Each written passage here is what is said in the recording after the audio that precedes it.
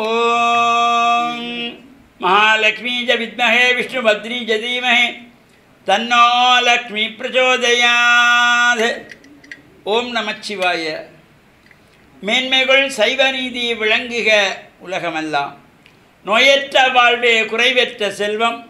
அந்த நோய் நொடிகள் இல்லாத வாழ்வு இந்த உலக மக்கள் எல்லோரும் வாழ வேண்டும் என்று கலியுகத்தின் காந்தமல ஜோதியாகிய சபரிமலை சுவாமி ஐயப்பனுடைய திருவடிகளை சிறந்தாழ்த்தி டான் தமிழொலி ஓம் தொலைக்காட்சி நேயர்கள் அனைவருக்கும் சர்வதேச இந்து மத குருபீடம் அகில இலங்கை சபரிமலை ஸ்ரீ சாஸ்தாபுரத்தின் சார்பில் இனிய வணக்கங்களும் நல்லாசிகளும்.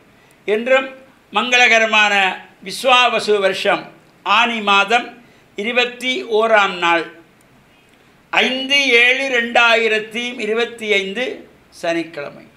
இன்று மலர்ந்திருக்கின்ற இன்றைய பொழுதும் நம் எல்லோருடைய வாழ்விலும் எல்லா விதமான சிறப்புகளும் வெற்றிகளும் கிடைக்க வேண்டும் என்று இறைவனை பிரார்த்தித்து, இன்று மந்த வாரம் என்கின்ற சனிக்கிழமை. இந்த சனிக்கிழமையிலே சனீஸ்வர பகவானுடைய வழிபாடுகள், சபரிமலை ஐயப்ப சுவாமியினுடைய வழிபாடுகள், மகாவிஷ்ணுவை வேண்டி வழிபாடுகள் இவற்றை செய்வதற்கு ஒரு சிறந்த நாள். அது மட்டுமல்ல, இன்று எண்ணெய் ஸ்நானம் செய்வது. இதுதான் தமிழ் மூதாட்டி ஔவை அழகாக சொன்னாள். அறம் செய்ய விரும்பு ஆறுவது சினம் என்று ஒவ்வொன்றாக சொல்லி வந்து சனி நீராடு, சனிக்கிழமையிலே எண்ணெய் வைத்து ஒவ்வொருவரும் முழுக வேண்டும். சனி நீராடு.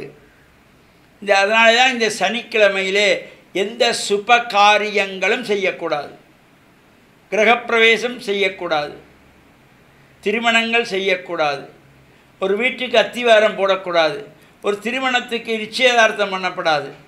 எந்த விதமான சுபகாரியங்களையும் சனிக்கிழமையிலே செய்யக்கூடாது. அது விருத்தியாகாது. அது மந்தவாரம் என்று போற்றப்படுவது. எனவே இந்த சனிக்கிழமையிலே நாம் சனீஸ்வர பகவானுடைய வழிபாடுகளையும் செய்து இறையருளை பெறுவதோடு இந்த உற்சவங்கள் நடைபெறுகின்ற ஆலயங்களில் சென்று நாம் பிரார்த்தனைகள் செய்து கொள்ளலாம். இப்பொழுது இலங்கை திருநாட்டிலே பிரசித்தி பெற்ற அம்பாள் ஆலயங்களிலே சக்தி பீடங்களில் ஒன்றாக போற்றப்படுகின்ற நாகம் பூஜித்த நைனை நாகபூஷணி அம்பாளுடைய இந்த வருடாந்த உற்சவம் நடைபெற்று கொண்டிருக்கின்றது.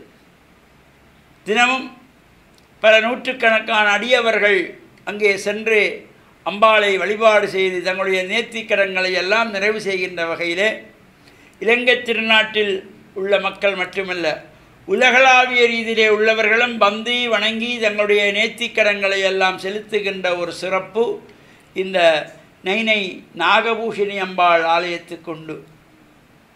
அது மட்டுமல்லாமல் அந்த ஆலயத்திலே அங்கே இந்த அன்னதானம், தினமும் இந்த அன்னதானம் நடைபெறும்.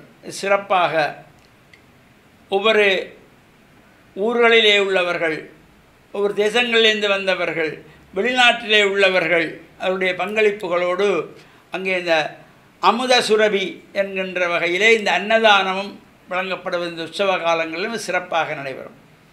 இவ்வாறான இந்த உற்சவங்களிலே நாமும் கலந்து அம்பாளை வழிபாடு செய்கின்ற பொழுது அம்பியை நாம் எவ்வாறு நாம் பிரார்த்தனை செய்கின்றோமோ அவருடைய பூரண பலன்களை எல்லாம் நமக்கு தருகின்ற வகையிலே அமைந்திருப்பது.